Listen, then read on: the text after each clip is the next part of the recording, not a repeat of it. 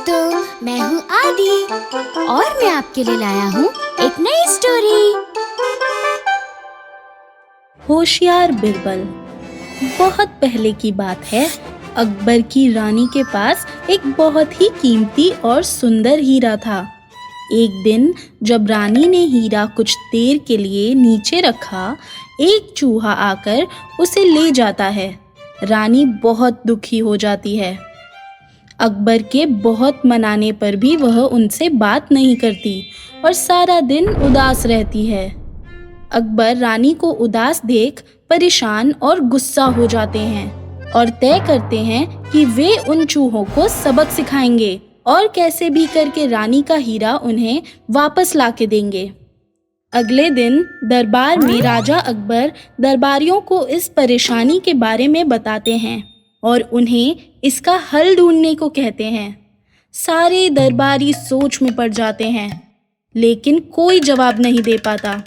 तब बिरबल उठता है और राजा से कहता है कि आपको और रानी जी को बिल्कुल चिंता करने की ज़रूरत नहीं है और राजा उन्हें अगर कुछ समय देंगे तो वह रानी का कीमती हीरा चूहों से ज़रूर वापस ले आएगा।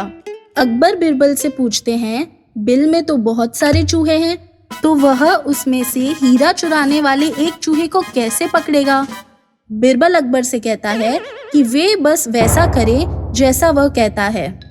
महाराज अकबर बिरबल के कहने पर बिल के पास जाकर चूहों को चेतावनी देते हैं कि कल सुबह वे उन्हें सबक सिखा के रखेंगे, और इतना कहकर वे वहां से चले जाते हैं। सारे चूहे यह सुनकर डर जाते हैं और रात में अपने राजा के पास जाते हैं। चूहों का राजा बहुत ही होशियार और समझदार था। वह दोषी चूहे को अपनी गलती मान लेने को कहता है, लेकिन कोई सामने नहीं आता।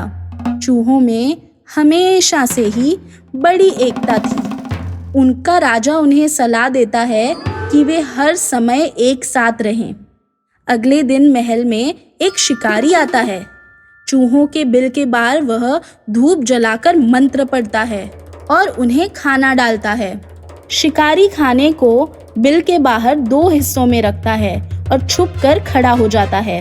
धूप का धुआं बिल में जाने के कारण सारे चूहे भागकर बिल से बाहर आ जाते हैं और एक साथ खड़े हो जाते हैं।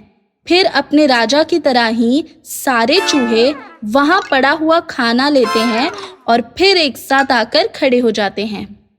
लेकिन एक चूहा पहले से ही अलग खड़ा था। उसने बाकी चूहों और राजा के विपरीत दूसरे हिस्से में से खाना लिया और खाना भी अलग खड़े होकर खाया।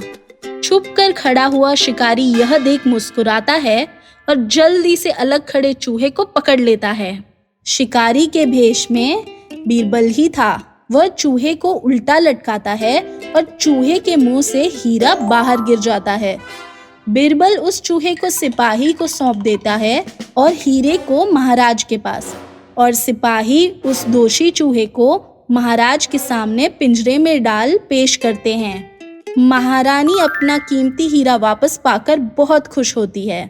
अकबर आदेश देते हैं कि उस चूहे को सजा के तौर पर काल कोठरी में बंद कर दिया जाए।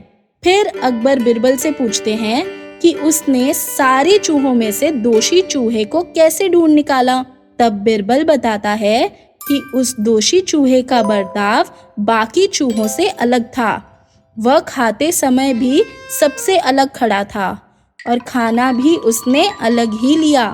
बिरबल महाराज को आगे समझाते हुए कहता है कि जब मूर्ख धनवान बन जाता है तब वह घमंडी बन जाता है और किसी की भी बात सुनना पसंद नहीं करता।